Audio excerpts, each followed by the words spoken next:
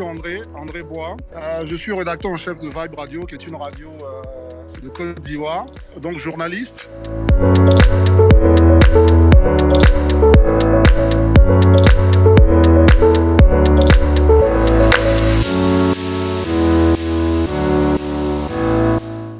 Et en ce moment, ici en Côte d'Ivoire, il y a un gros dispositif de lutte contre le coronavirus qui fait que pour être dehors, on a une obligation de porter un masque. On n'est pas confiné. Seules les personnes âgées sont confinées, mais sinon le reste de la population a obligation dans l'espace public de mettre un masque. Donc c'est pour ça que vous me voyez avec un masque. Pour ce qui concerne la circulation dans la cité, pour ce qui concerne justement les différentes courses qu'on peut faire, on n'a pas besoin d'une autorisation particulière. On peut se lever, aller acheter, aller au supermarché, aller sur nos marchés, à nous ici. Donc voilà, il y a des restrictions, mais c'est limité, si tu veux.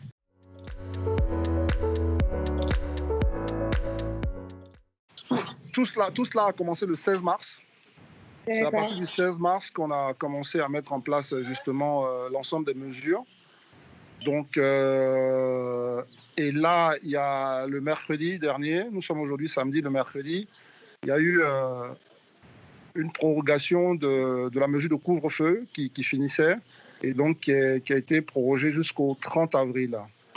Donc voilà, en gros, c'est depuis le 16 mars que nous sommes rentrés dans une période, on va dire, de semi-confinement en fonction des différentes activités, si tu veux. La région de la capitale est mise en quarantaine par rapport au reste du pays.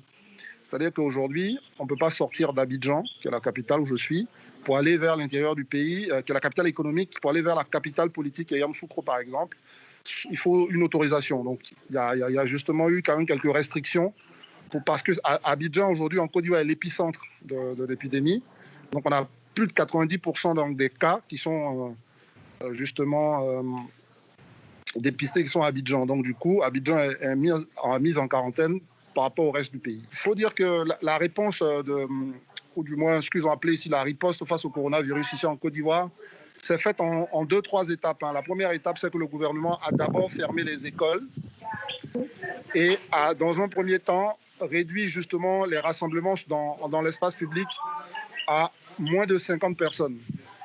Ensuite, quand les cas ont commencé à être un peu plus nombreux ou un peu plus importants, on est passé à une deuxième phase qui a consisté justement à fermer les restaurants, à fermer les endroits où on pouvait se retrouver à 50 et même moins, à fermer et donc, les restaurants, fermer ce qu'on appelle ici des maquis, ce sont les bistrots, si tu veux, les bars, les a fermés. Donc ça a été la deuxième réponse. Et puis la troisième réponse, c'est un couvre-feu. C'est-à-dire que le soir, en revanche, on n'a plus le droit de sortir de 21h à 5h du matin. Donc il y a eu 3 temps d'organisation, si tu veux, de réponse au coronavirus.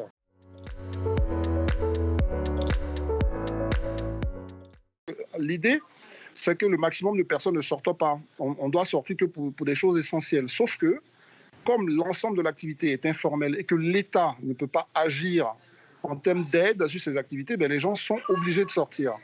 Comment faire pour continuer de gagner son pain quotidien, en tout cas de continuer à avoir son activité qui vous permet de nourrir votre famille, et tout en pensant justement à stopper la progression du virus. Donc c'est ce dilemme-là. Donc ici, l'état d'esprit des gens, c'est ça. C'est-à-dire qu'il n'y a pas une grande psychose, puisqu'il y a encore de l'activité. Le vrai problème qui se pose ici, c'est de savoir comment faire pour que des gens qui ont une activité puissent la stopper, afin évidemment d'aider à arrêter la progression de la maladie. Mais voilà, on essaie de faire avec.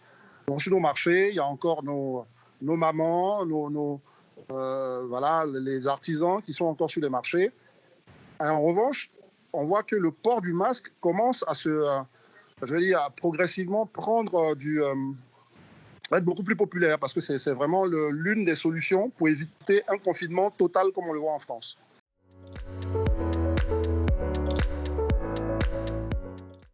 Alors, il y a plusieurs hypothèses.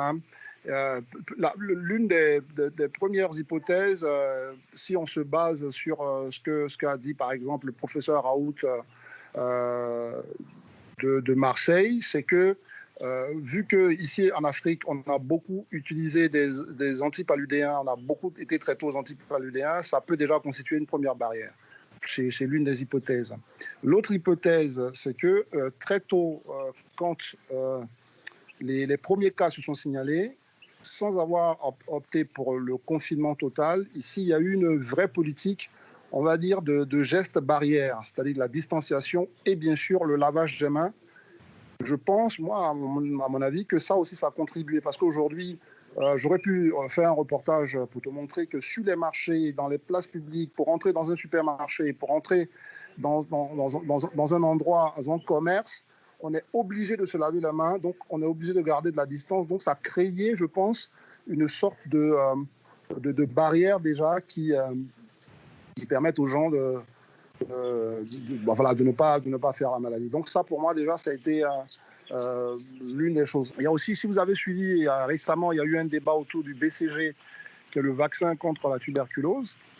Et certains pensent que, compte tenu du fait que ce vaccin-là a été, ici, il est obligatoire hein, pour les enfants, c'est un vaccin alors qu'il ne l'est plus en France, par exemple.